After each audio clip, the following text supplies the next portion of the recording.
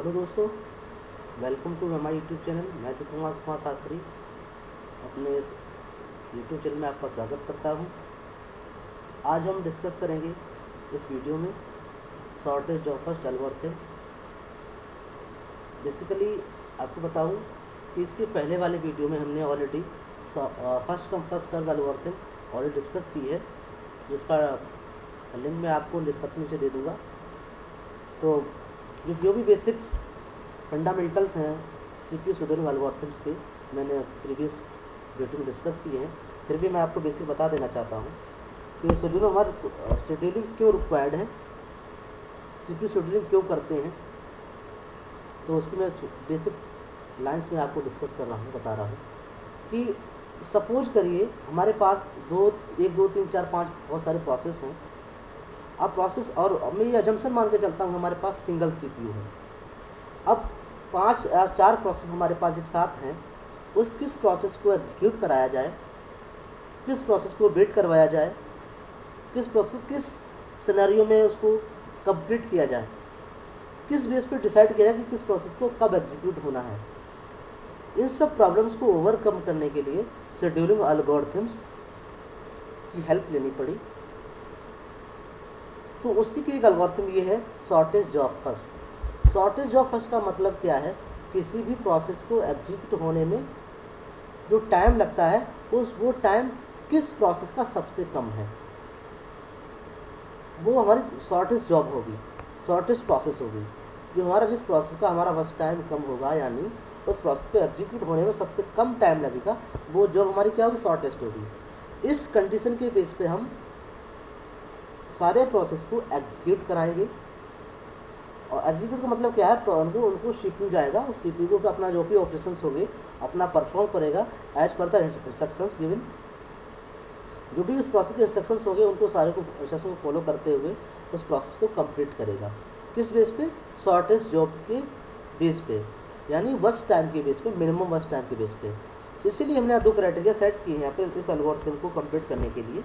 उसका पहला क्राइटेरिया क्या होगा, उसका वर्स्ट टाइम क्या है। वर्स्ट टाइम का मतलब यहाँ पर ये है कि किस प्रोसेस का वर्स्ट टाइम कम है, वो जो प्रोसेस हमारा सेलेक्ट किया जाएगा for the execution. Second case क्या है, नॉन प्रीएम्पशन।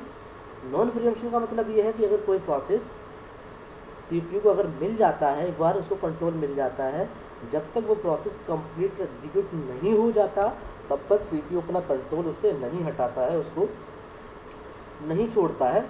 जैसे प्रोसेस कंप्लीट हो जाता है उसके बाद वो किसी अदर प्रोसेस को अपना कंट्रोल देता है। ये बात समझ में आ गई। अब ये प्रोसेस जो है आते कहाँ से हैं, कैसे होते हैं,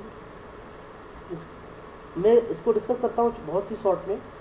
जो प्रोसेस होते हैं वो हमारे रेडी क्यू के अंदर जो प्रोसेस आते हैं, वैसे बहुत सारे प्रोसेस पड़े हुए हैं, जो प्रोसेस तैयार है एग्जीक्यूट होने के लिए, उन्हीं के बीच में शेड्यूलिंग की जाती है। जो प्रोसेस हमारे रेडी क्यू के अंदर है, कहीं और कहीं रखे हुए, और ये ऑफिस में कहाँ परफॉर्म होते हैं, रैम के अंदर होते हैं, मेन मेमोरी के अंदर होते हैं। वहाँ पर हमारी एल्गोरिथम्स काम करते हैं कि जो हमारे प्रोसेस जो रेडी एग्जीक्यूट होने के लिए रेडी हैं, तैयार हैं, उनमें से किस प्रोसेस को हमें सीपीयू देना है और किस प्रोसेस को एग्जीक्यूट फर्स्ट करवाना है। तो सबसे पहले आइए देखते हैं इस गैंट चार्ट की हेल्प से। हम एक गैंट चार्ट ड्रॉ करते हैं। ये क्या कहलाता है, हमारा गैंट चार्ट। इसी की हेल्प से जो हमारे बाकी टाइम्स हैं, completion time, turn around time, worst time, waiting time, response time, worst time already given है और अराइवल टाइम गिवन है। बाकी जो अदर टाइम्स हैं इनको हम कैलकुलेट करेंगे with the help of this example and with given this Gantt chart. इस गैंट चार्ट की हेल्प से हम इस न्यूमेरिकल को सॉल्व करेंगे और देखेंगे कि जो एल्गोरिथम है, शेड्यूलिंग एल्गोरिथम है, किस प्रकार से काम करती है। खास करके ये शॉर्टेज ऑफ फर्स्ट की अगर बात कर रहे हैं तो शॉर्टेज ऑफ फर्स्ट एल्गोरिथम इस सिनेरियो में कैसे काम करती है, वो अपने कैसे प्रोसेस को एग्जीक्यूट करती है, कैसे प्रोसेस को शेड्यूल करती है और कैसे प्रोसेस को सेलेक्ट करती है। ठीक है, उसमें कुछ हम स्पेशल केस भी और भी कवर करेंगे, जब वो भी आगे आके बताएंगे स्पेशल केस क्या है। देखिए, सबसे पहले हम क्या करते हैं, कोई भी जब प्रोसेस या सीपीयू स्टार्ट होता है वो हमेशा 0 बजे स्टार्ट होता है। ये हमारा अजम्पशन है कि हमारा जो प्रोसेस स्टार्ट हो रहा है फर्स्ट टाइम वो जीरो से स्टार्ट हो रहा है। इसका मतलब क्या है, कोई प्रोसेस स्टार्ट कर रहे हैं 0 बजे स्टार्ट कर रहे हैं। अब देखते हैं 0 बजे कोई प्रोसेस आया है, नहीं आया है, टाइम नेगेटिव होता नहीं है, इसलिए हमेशा पॉजिटिव जीरो से मानो चलते हैं। तो 0 बजे कोई प्रोसेस इसके अंदर है, नहीं है। अब देखा 1 बजे तक कोई प्रोसेस है, इससे पहले नहीं है, 1 बजे आए हैं। इसका मतलब क्या है, 0 से लेकर 1 बजे तक P1, P2, P3, P4 में से कोई प्रोसेस इससे पहले नहीं आया है। इसलिए इस कंडीशन में हमारा CPU क्या है, आइडियल बैठा रहा, उसने कोई काम नहीं किया है। इस कंडीशन हमारा CPU क्या था, फ्री था, ठीक, फॉर 1 यूनिट ऑफ टाइम के लिए CPU हमारा इस केस में फ्री था। जैसे 1 बजा, अब देखा मैंने कोई प्रोसेस रेडी क्यू के अंदर आया है कि नहीं, ये हमारी क्या है, रेडी क्यू है, ठीक है। इस रेडी क्यू के अंदर 1 बजते ही कोई प्रोसेस हमारे इसके अंदर है कि नहीं है, अवेलेबल है, चेक किया, देखा, किस बेस पे, अराइवल टाइम के बेस पे। 1 बजे क्या, जैसे 1 बजा हमारा यहाँ पर, तो क्या देखा हमने, P3 और P1 प्रोसेस आ चुके हैं। तो 1 बज गया है, इसका मतलब आने का टाइम क्या, उनका 1 बजे है दोनों का। 1 बजे का मतलब क्या, P1 भी रेडी क्यू के अंदर है, P3 भी रेडी क्यू के अंदर है। अब यहाँ पर हमारे शेड्यूल का एल्गोरिथम काम करेगी कि P1, P2 दो प्रोसेस हमारे रेडी क्यू के अंदर हैं, इनमें से किस प्रोसेस को CPU एग्जीक्यूट करेगा। यहाँ पर हम एल्गोरिथम अप्लाई करेंगे। कौन सी एल्गोरिथम, किसकी बात कर रहे हैं, शॉर्टेस्ट जॉब फर्स्ट की बात कर रहे हैं। तो शॉर्टेस्ट जॉब फर्स्ट एल्गोरिथम को इस केस में हम अप्लाई करेंगे, क्योंकि यहाँ पर दो प्रोसेस हैं, P1 और P3, इसमें से मुझे एक प्रोसेस सेलेक्ट करना है। मतलब क्या है, एक CPU एक बार में एक ही प्रोसेस को एग्जीक्यूट कर सकता है, इसलिए मुझे अब एक प्रोसेस में पिक करना है। वो प्रोसेस वन प्रोसेस कौन सा होगा, P1 होगा या P3 होगा, ये हमारा शॉर्टेस्ट जॉब फर्स्ट या शॉर्टेस्ट बस टाइम डिसाइड करेगा। जिसका बस टाइम मिनिमम होगा वो कंडीशन हमारा, वो क्राइटेरिया हमारा डिसाइड करेगा कि P1, P3 में से किस प्रोसेस को एग्जीक्यूट करना है, किस प्रोसेस को CPU देना है। अब देखिए P1 और P3, P1 का बस टाइम कितना है, देखिए 3, और P3 का कितना है 2। इसका मतलब का जो मिनिमम टाइम जिसका कम है, बस टाइम किसका कम है, P3 का कम है। इसका मतलब P3 हमारा एग्जीक्यूट यहाँ पर होना शुरू होगा। नॉन प्रीएम्पशन है, इसलिए वो पूरा कंप्लीट एग्जीक्यूट होगा जब तक वो अपना फिनिश ना हो जाए। तो किसा उसे कंप्लीट होने की कितना टाइम चाहिए, 2 यूनिट टाइम चाहिए। आया कितने बजे, 1 बजे, तो कब खत्म होगा, 1 + 2 यानी 3 बजे वो प्रोसेस P3 हमारा कंप्लीट हो जाएगा। P3 हमारा प्रोसेस यहाँ से रेडी क्यू से फिनिश हो गया। अब देखते हैं, अब जैसे ही 3 बजा, अब मैंने चेक किया कि 3 बजे उस रेडी क्यू के अंदर कोई और प्रोसेस तो नहीं आ गया है। आया है तो उसमें से मुझे सेलेक्ट करना है, किस बेस पे, शॉर्टेज जॉब की बेस पे मुझे सेलेक्ट करना पड़ेगा। अब पहले मुझे चेक करना है उस रेडी क्यू के अंदर कितने प्रोसेस हैं। अब देखा अराइवल टाइम के बेस पे कि अराइवल टाइम 3 बजे जैसे यहाँ पर बजे, उसका देखा कि अराइवल टाइम 3 या 3 से कम किसी का है, यस 3 बजे से पहले प्रोसेस P2 2 बजे आ चुका है। यानी कहीं जैसे P3 जब एग्जीक्यूट हो रहा होगा वो तब तक हमारा P2 प्रोसेस रेडी क्यू के अंदर आ चुका है, क्योंकि वो 2 बजे आ चुका है। कहाँ आ चुका है, P2 हमारा रेडी क्यू के अंदर आ चुका है, क्योंकि 2 बजे आया है और यहाँ पे 3 बज रहे हैं अभी तक, ठीक है। और P3 जो हमारा है, P3 प्रोसेस हमारा यहाँ से कंप्लीट हो चुका है। अब बात करते हैं P1 और P2, इसमें से सेलेक्ट करना है मुझे कौन सा, शॉर्टेस्ट जॉब। P1 P2 में चेक किया शॉर्टेस्ट जॉब किसका है, P1 और P2 में शॉर्टेस्ट जॉब P1 का है, क्योंकि P1 का 3 बस टाइम है और P2 का 4 है बस टाइम, ठीक। P4 का P2 कितना है 4 और P1 का कितना है 3। इसमें से मुझे कौन सा सेलेक्ट करना है, P1। तो यहाँ से P1 हमारा एग्जीक्यूट होना शुरू हो जाएगा कितने बजे, 3 बजे से। उसे कंप्लीट होने में 3 यूनिट टाइम चाहिए, कितना बस टाइम है 3 यूनिट। तो 3 से 3 यूनिट टाइम लेने में कितना 6 बज जाएंगे उसको, तब P1 कंप्लीट हो पाएगा। जैसे ही 6 बजे, तब तक क्या होगा, P1 हमारा एग्जीक्यूट हो गया, फिनिश हो गया। अब जैसे ही 6 बजे तब मैंने चेक किया कि कोई और प्रोसेस आया है क्या। अभी तक यहाँ पर क्या देखा, P1 भी कंप्लीट हो गया, P3 कंप्लीट हो गया। P2 और P4 में देखते हैं कि P2 तो ऑलरेडी हमारे रेडी क्यू के अंदर है ही, क्या P4 6 बजे तक आया है क्या? यस, आ चुका, क्योंकि वो 4 बजे आया है, अब हमारे 6 बज रहे हैं। इसका मतलब क्या है, इस कंडीशन में P4 भी हमारा रेडी क्यू के अंदर प्रेजेंट है। अब इनमें से देखते हैं कौन सा मुझे सेलेक्ट करना है। अब P2 P4 में देखिए, P2 का भी बस टाइम 4 है और P4 का भी बस टाइम 4 है। इनका मतलब क्या है, शॉर्टेज जॉब यहाँ पर कंडीशन फेल हो रही है क्योंकि सबका बस टाइम सेम है। अब सॉर्टिंग वाला फंडा यहाँ पर काम नहीं करेगा। इसमें एक एडिशनल कंडीशन मुझे ऐड करनी पड़ेगी। वो कंडीशन क्या होगी कि अराइवल टाइम किसका कम है। अगर अराइवल टाइम भी सेम होता तो फिर हम क्या चेक करें, उसकी आईडी किसकी कम है, प्रोसेस आईडी कौन सा पहले आया है, पहला है।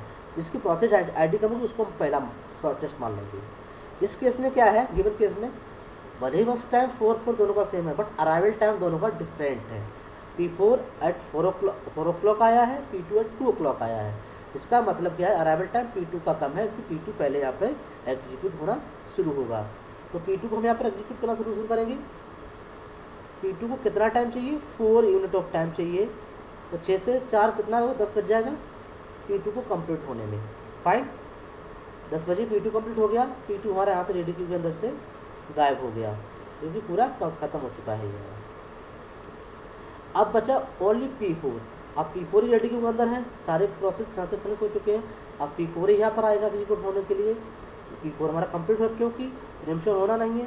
P4 कंप्लीट एग्जीक्यूट हो, कितना टाइम चाहिए, 10 + 4 कितना हो जाएगा, 40 बजे। 14 बजे सारे प्रोसेस हमारे ख़त्म हो जाएंगे। और ये क्या बताता है, कंप्लीशन ऑफ टाइम।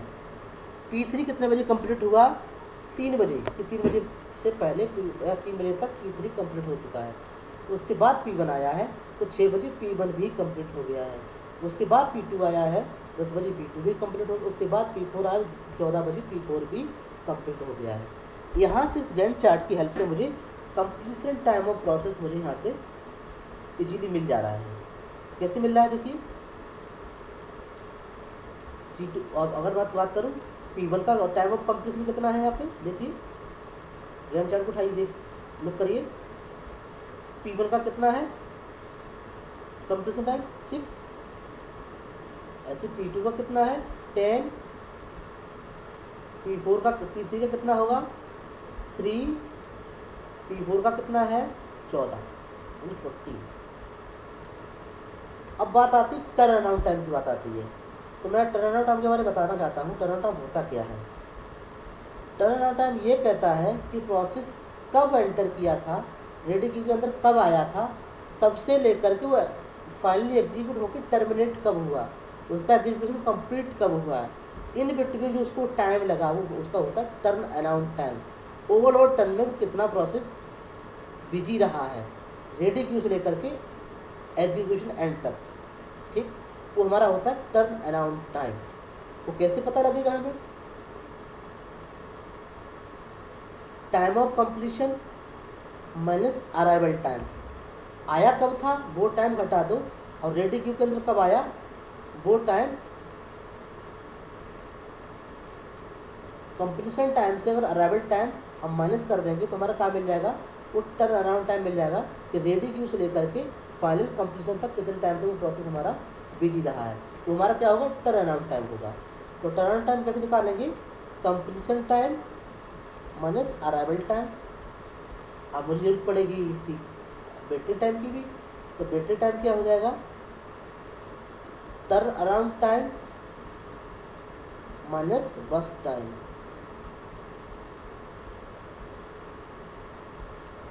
ये क्या होता है बैटरी टाइम, प्रोसेस ने एग्जीक्यूशन के अलावा कितना वेट किया, उससे रिस्पॉन्स कब मिला, उससे पहले उससे कितना वेट किया।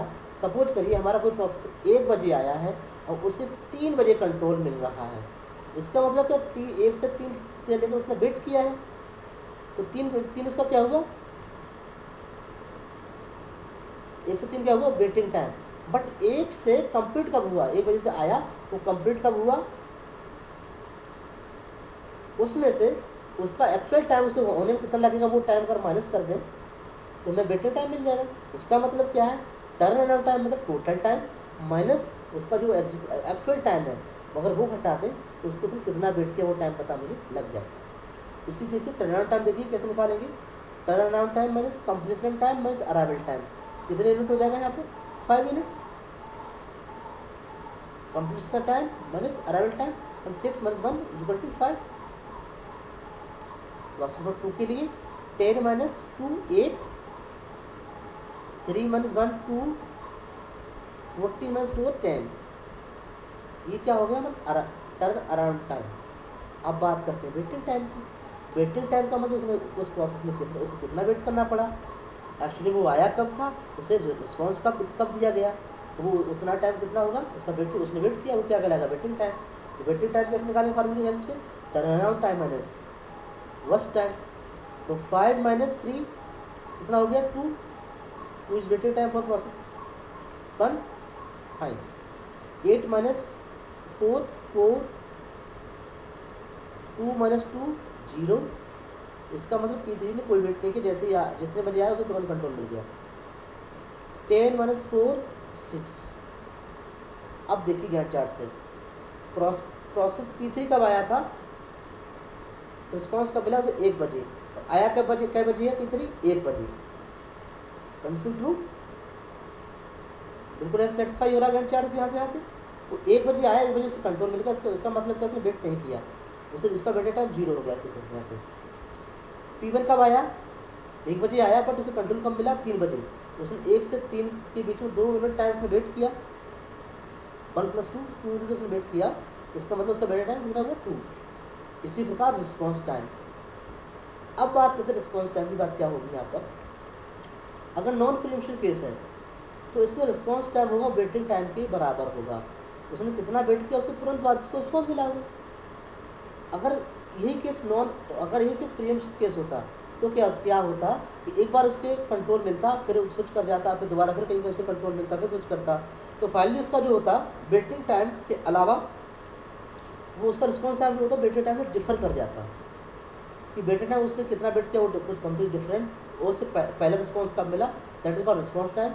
और वेटिंग टाइम उससे बार बार वेट करना पड़ता, वेटिंग टाइम हो सकता है रिस्पॉन्स टाइम से ज़्यादा हो जाता। But response in case non preemption जो उसका वेटिंग टाइम होगा वही रिस्पॉन्स टाइम होगा।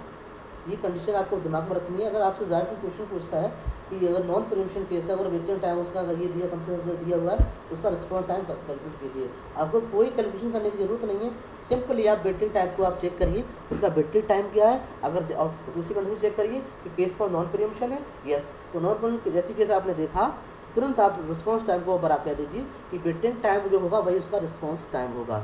ठीक है, इस केस में वेटिंग टाइम रिस्पॉन्स टाइम वो सेम हो जाएंगे हमारे को। ठीक है, ये हमारी प्रॉब्लम सॉल्व हो गई। यही 3-4 टाइप के हमारे टाइम्स होते हैं जो हमें कैलकुलेट करने के लिए एल्गोरिथम्स में बोले जाते हैं। हमें बस टाइम दिया रहेगा, रैबिट टाइम दे रखा होगा, हो सकता है टर्न अराउंड टाइम दे दिया कुछ और इस टाइप से, हमें कुछ और डिफरेंट टाइप उसमें कुछ पैरामीटर्स हमसे पूछ ले कि रिस्पॉन्स टाइम क्या होगा, वेटिंग टाइम क्या होगा, कंप्लीशन टाइम क्या होगा। इस तरीके के हमें क्वेश्चन में पूछे जाते हैं। ये हमारी एल्गोरिथम यहाँ पे फिनिश होती है। और अगर हमारा आपको वीडियो पसंद आया हो तो उसको लाइक करें, कमेंट करें और शेयर करें। अगर इसमें आपको कोई प्रॉब्लम है, कहीं समझने में कोई दिक्कत आ रही है, तो कमेंट करके हमें जरूर सेक्शन जरूर बताएं कि कहाँ आपको दिक्कत आई, क्या चीज़ आपको समझ में नहीं आई। तो वो चीज़ हम आपको अगले नेक्स्ट वीडियो में बता देंगे। और इससे पहले वाला पार्ट हमने जो बनाया था फर्स्ट कम फर्स्ट सर्व का, उसमें बहुत अच्छे से डिटेल में मैंने शेड्यूलिंग के बारे में बताया। उसके बाद मैंने एग्जाम्पल सॉल्व किया था फर्स्ट कम फर्स्ट सर्व का। तो उस पार्ट 1 को जरूर देखें ताकि आपको जो आपके डाउट्स हैं शेड्यूलिंग को लेके वो आपके क्लियर हो जाएंगे। और अगले पार्ट 3 में हम किसी नई एल्गोरिथम के साथ मिलेंगे। तब तक के लिए बाय बाय, धन्यवाद।